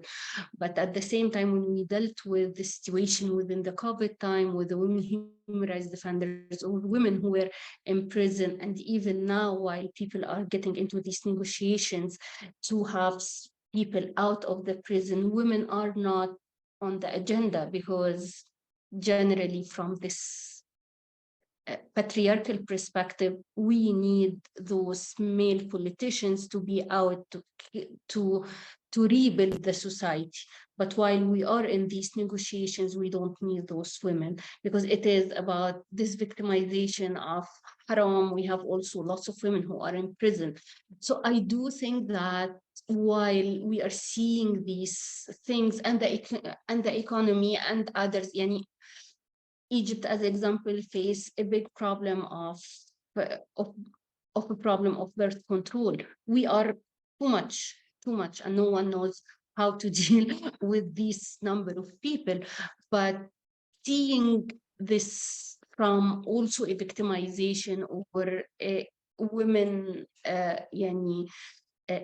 patriarchal perspective, that why we didn't ask ourselves why most of the people in Egypt, especially from low economy, are giving lots of children, because they are an economic asset for them in this informal sector. They care about those people, and why we are killing women's bodies and sexuality from early age in this, because she reproduces means of care women and men in the informal sector.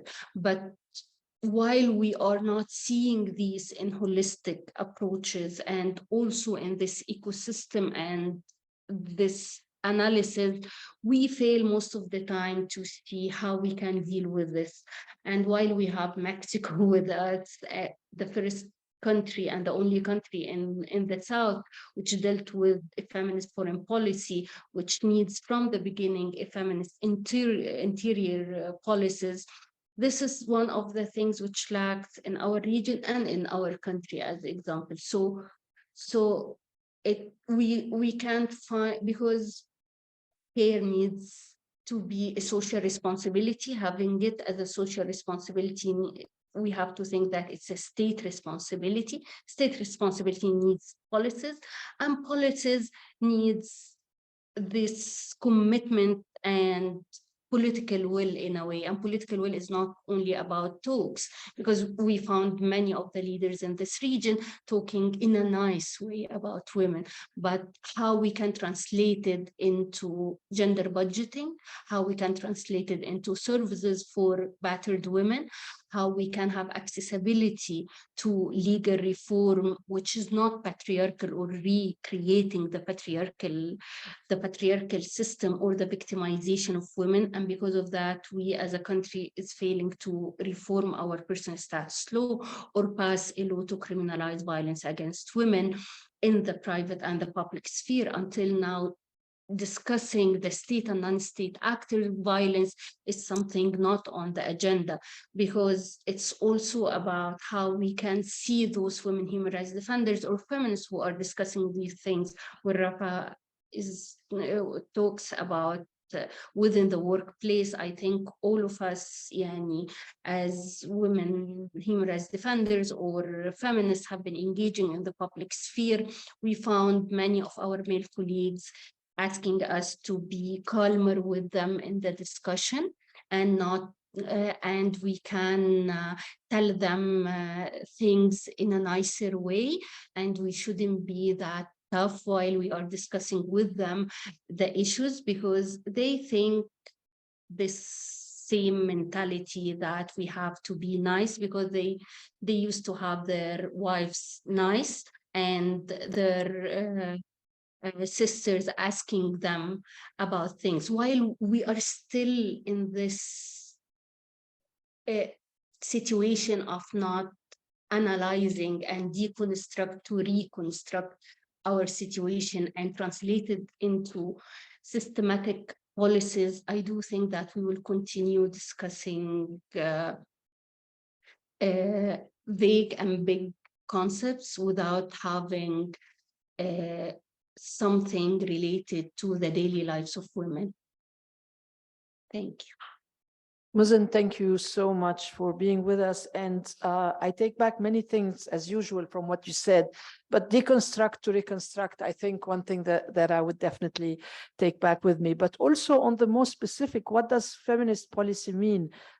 Means, as you said, state responsibility. State responsibility means policies. Policies means commitment. Commitment means resourcing and money. So an investment, as I think Dr. Gasman said in the first place. So thank you for making these incredibly important points, but also, and this I think is a common thread between everybody, the whole issue of what matters, who matters, whose lives matter, whose time is valued, and then the fact that social reproduction and sexuality and agency are at the heart of all these conversations. So with this, I want to move to Khartoum, to Fahima, who's with us.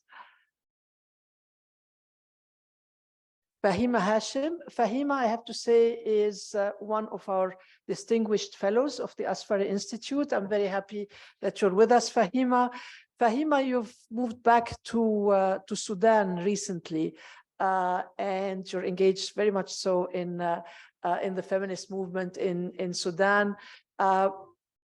Thinking about care and talking about care, where you are in Khartoum, what are your thoughts? And I have to say that yours will be the words of wisdom to end this panel before we turn to our audience. So over to you, Fahima.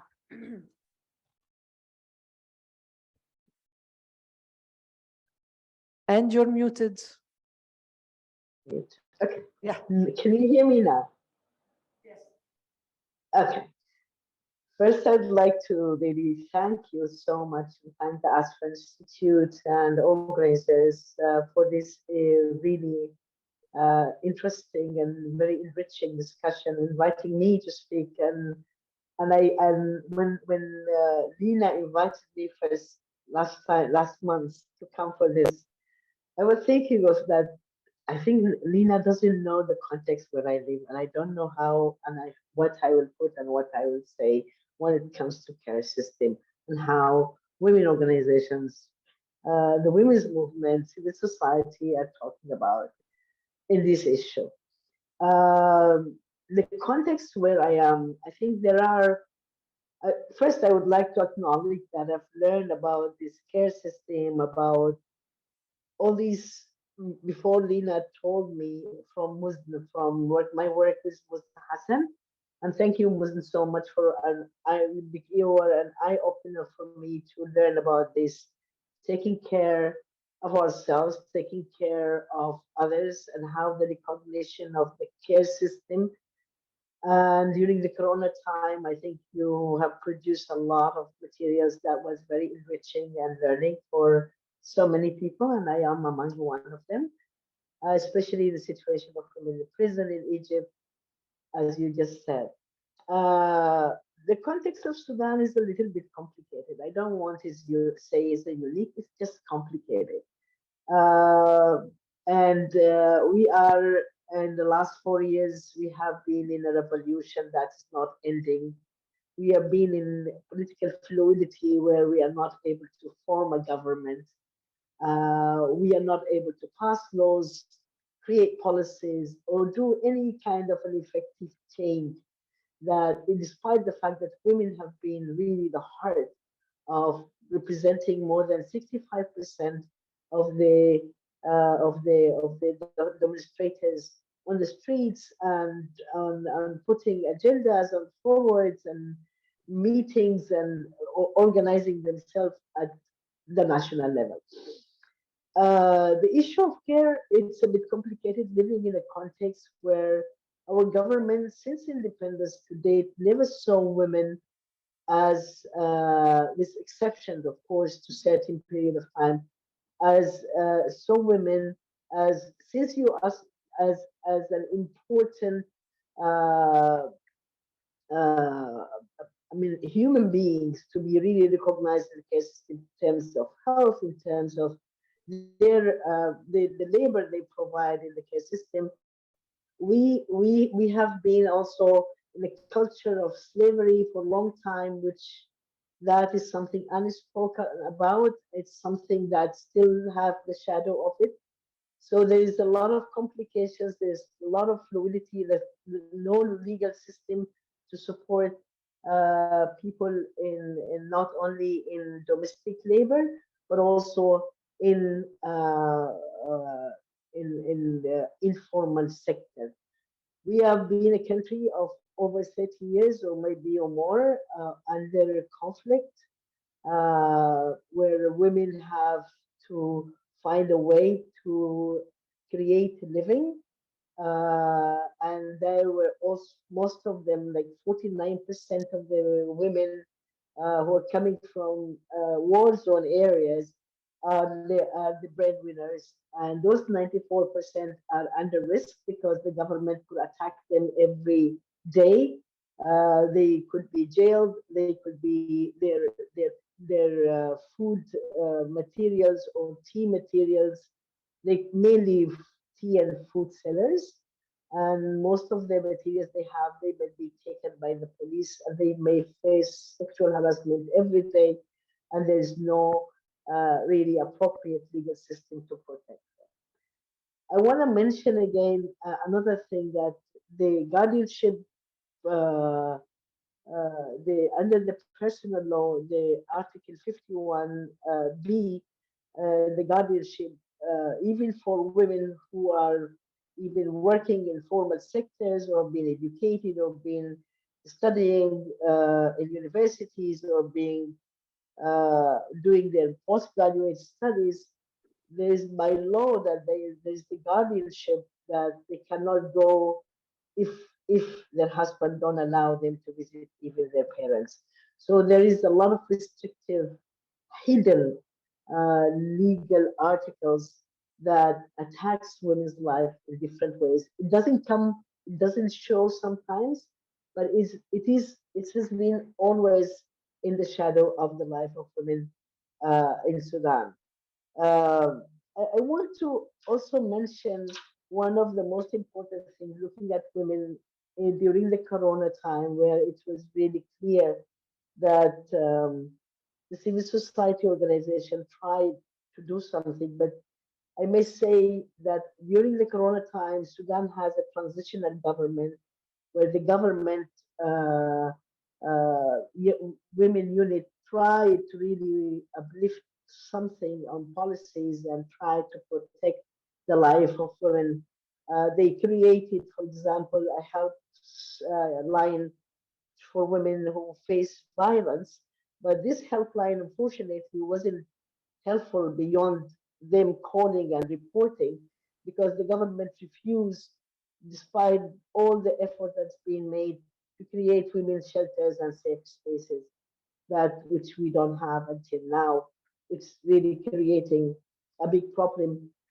Some of the women organizations have tried to create a safer space for women, but they were not able to sustain that because they were putting women more at risk, because a husband can come and take by with the police to take his wife from that house, whatever this be, rented house or a shelter or something, because it's not protected by the government. And having seeing now a lot of trauma coming out from the young women who have been demonstrating, and they not seeing the outcome of the revolution. They were asking for help loudly. We need to talk. We need a space. We need this and we need that. And unfortunately, as I said, I feel like we are really in a very subtle, or maybe you can say a paralyzed situation, to create really a support system that to take care of women who are in informal sectors, who are being traumatized due to their political affiliation, political work in the revolution. Women in they're facing uh, uh, women who have been in war zones areas, who have been moving from one city to another. These are all another crisis of that women are not able to find a way of taking care of themselves or having a care that the government was able to provide. One important thing I just want to say here that during the corona also, that a report came out with the support of Ministry of Health that the care providers in the Ministry of Health nationally, more than 75% of the care providers, including medical doctors, are females who have also been fallen in this non-protective environment. So it is a chaotic situation. It is not recognized, really a situation that's not recognized, especially in the health sector. And it's been also, there's no reward of the work that those women are providing. And at the same time, uh, we don't have we can't even pursue a legal articles or laws or policies at the moment, at this moment, since the last 4 years. Whatever have been produced in terms of policies have not been taken into consideration, especially when it comes to women services, or it comes to women changing or reforming personal law, or with changing or reforming the criminal code that attacks women and put them in a very difficult situation, especially women who are in informal sectors. All this has been a very much stagnated situation.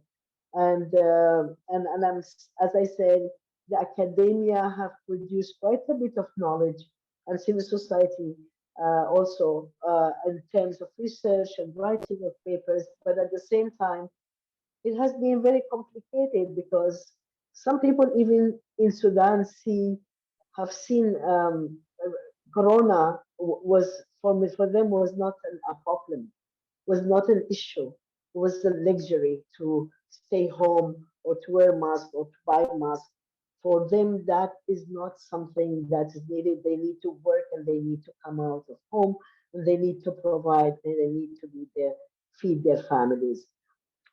Another sector I think was a very also complicated is the sector of gold mining in different parts of Sudan, in the River Nile and Blue Nile states, where women use different kind of chemicals.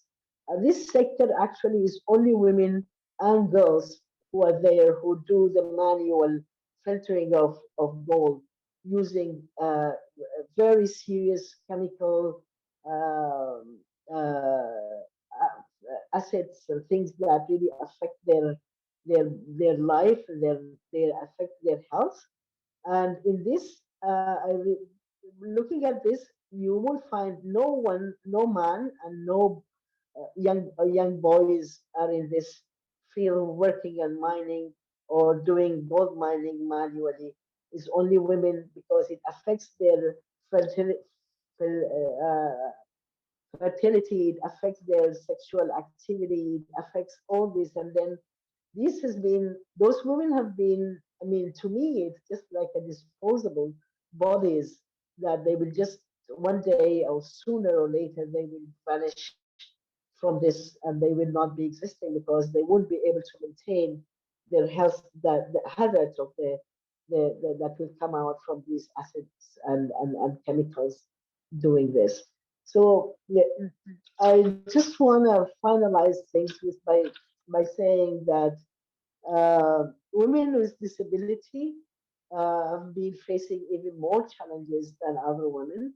And I'm just, as I said, just if you can see me, I'm just going from one place to another because I just feel like it's just an area that really needs a lot of work, a lot of research, a lot of discussions in Yes. the context of Sudan. And I hope it's going to be an open area for discussion after, this windows that was open, but it's been all closed since the October coup in 2021.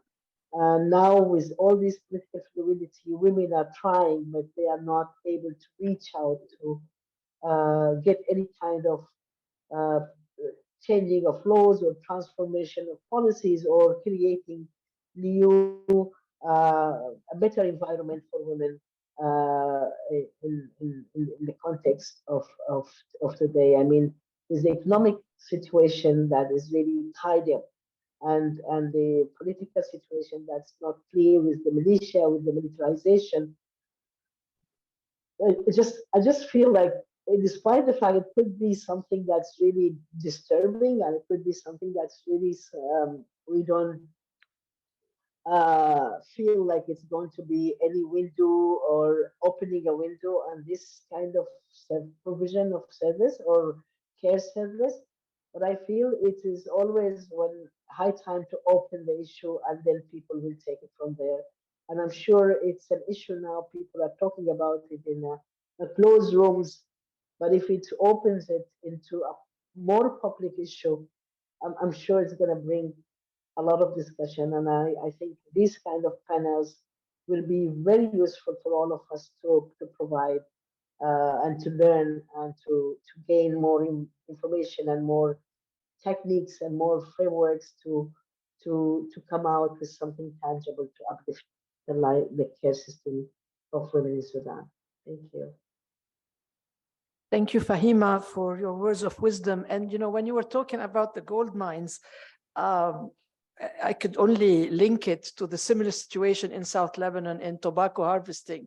It's exactly the same situation. And we can already see the ways in which we are connected, in the ways in which women experience, true hardships in the extension of care work that they're expected to do, often without any visibility, any compensation, any recognition, etc. And thank you also for bringing in the layer of revolution, militarization, and how this also adds up to the whole complexity of care work. And one thing that, everybody mentions, and we have to recognize it, that perhaps COVID was instrumental in bringing this conversation of care to our region. So at least we can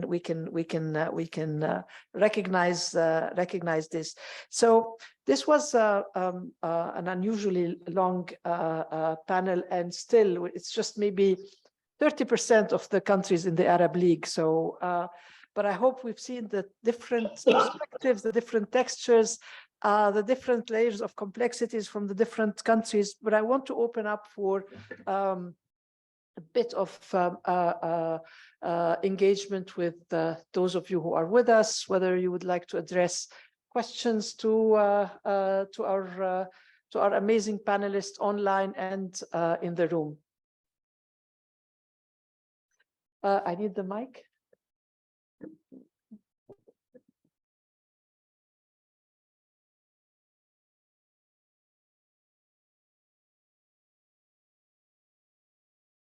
Well, thank you, Lina. Thank you for this very important panel discussion, and the topic is very timely, actually. And I would like to say that from now on, we have to say policy and legislation, because if policies are not institutionalized by the legislations, this means nothing. First, I would like to have few comments on what has been said. The first speaker from Mexico, she said that this topic is a feminist issue. And I think this is a topic of justice, social justice and development. And then she mentioned that it has become a development paradigm. And I agree with this. And also the speaker from UN Women, when she said about this care issue, we have to link it to and one of its dimension to the to have a life cycle approach, because this care issue is multidimensional and it's linked to many issues in our life.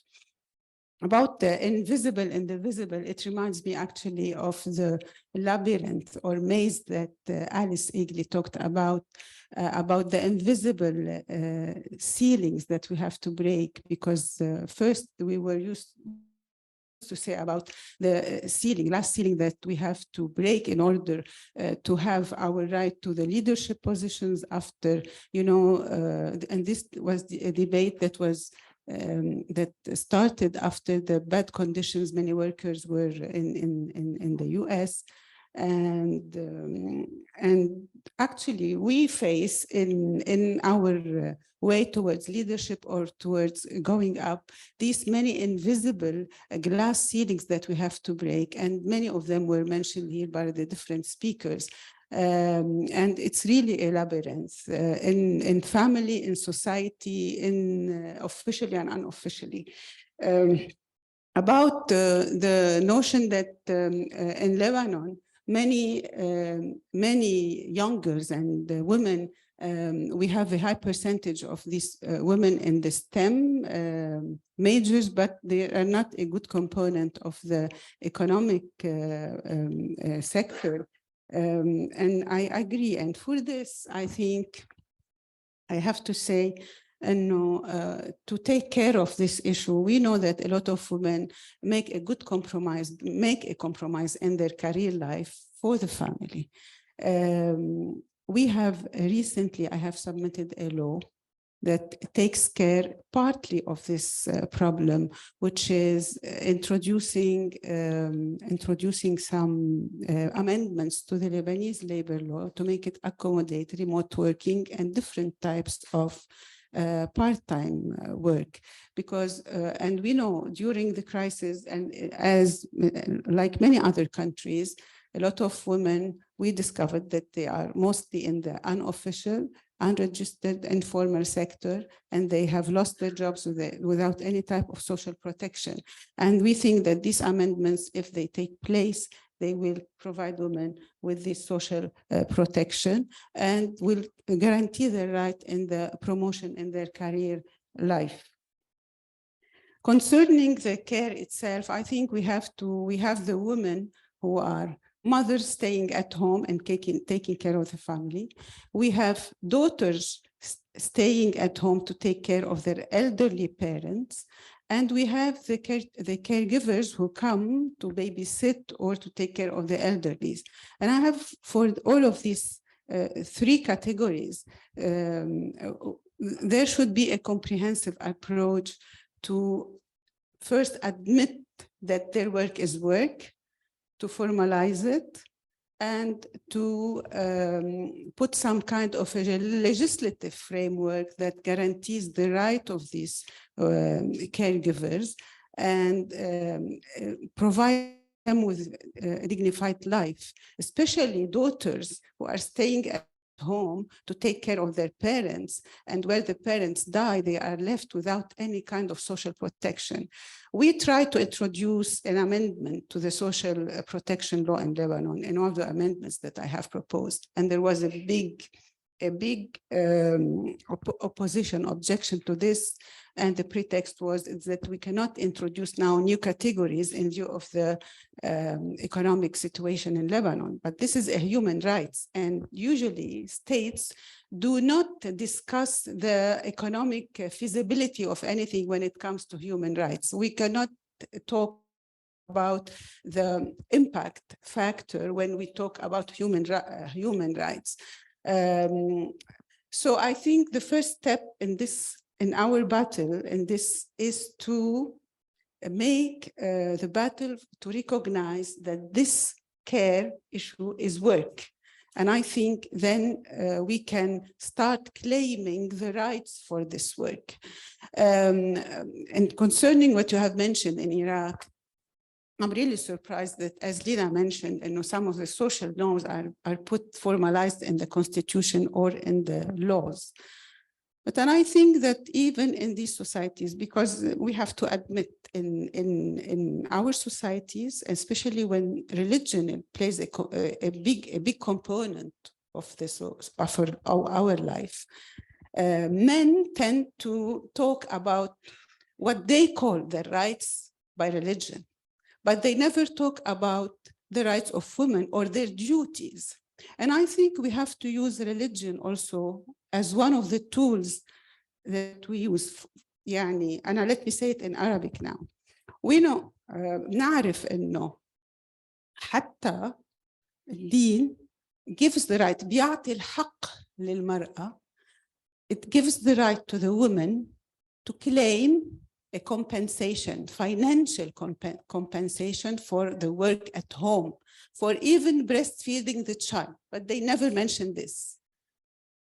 هيدي واحدة من الأدوات that no one can say no to it, not a religious man, because in our society also we have to say that some culture, the culture is stronger even than the rights or the right interpretation of religion. And I think we have to use these tools also. Thank you. Thank you. I want to take the opportunity of having a legislator with us to ask you formally. I think one of our priorities is to get rid of the kafala system, because that is such a shameful thing in our country that, you know, we cannot continue with middle-age obscurantist law that keep people in a bonded situation. So thank you, Dr. Azzuddin. Teresa? Hi, ladies and gentlemen. My name is Teresa Puntillas. I am a migrant domestic worker here in Lebanon. And yes, as Ms. Lina mentioned about the kafala, we have been facing for a long time, for many years, that under the kafala system, that we cannot be able to change sponsorship. And most of us who've been demonstrating, asking for the government or the authorities for a change of this, or to abolish the kafala system and to be under protected by the labor law or under the labor law. We never have that as migrant domestic workers in Lebanon. So most of my colleagues, we've been demonstrating since 2010 on the streets, and many of my colleagues sadly were deported. So for the migrant domestic workers who are also, many of us are vulnerable for this deportation, we are now careful of this. Lately, we have our colleague from Mesawat who was also deported recently. So I've been asking to support, for everyone to support, especially those who are fighting for the migrant domestic workers' rights. For June Barrett, you've been speaking about the crisis of the care crisis in the US. So we are also the same. I think all that we discuss now is relevant, or not only for all women, and also for migrant domestic workers who are mostly women. Thank you. Thank you, Teresa. There was, when we were at the CSW on your panel, June, two things that I will never forget. One is that eventually we are all going to need care. So this is essentially a conversation from a very selfish perspective about each and every one of us, but also you and June, so it circles back to what was said on our panel, which is nothing about care without the care workers. And we're very, very, happy and proud to have you with us now, and for the continuation of this conversation. Do I have any other question or comment? Gosh, the Zoom adds 20 kilos, huh? It's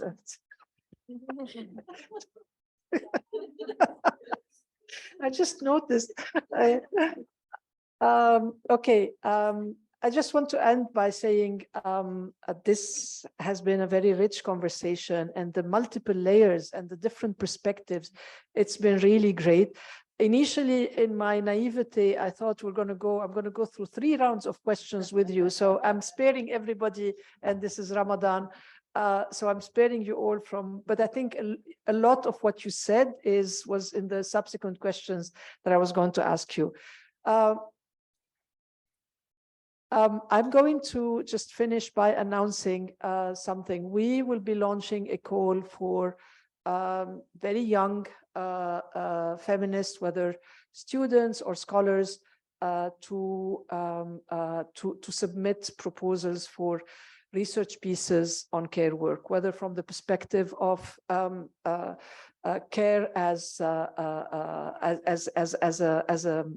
a gender role, from the perspective of care as within the care industry, or from the perspective of mobilization, so on. So keep a look at, keep watching this space. This is going to come out. Dr. Azzuddin, we're going to go after you in Parliament, because there are so many things that need to be done. So, and you're an alumni, so basically Bilmauni. But there are so many things that need to happen. And we know that within Parliament, there are many patriarchs out there. So, but there's nothing that can improve in the lives of domestic workers in Lebanon while the kafala system is still here. It's shameful on all of us. Thank you all. I would like to invite you to a small reception. We will have the rest of the video with which we started. There's another 20 minutes, which we didn't want to impose on you. It's going to be online, so please watch it. And please watch the call for our research call for work on care. Thank you so much for coming. There will be there will be a follow-up for this event. Thank you so much for.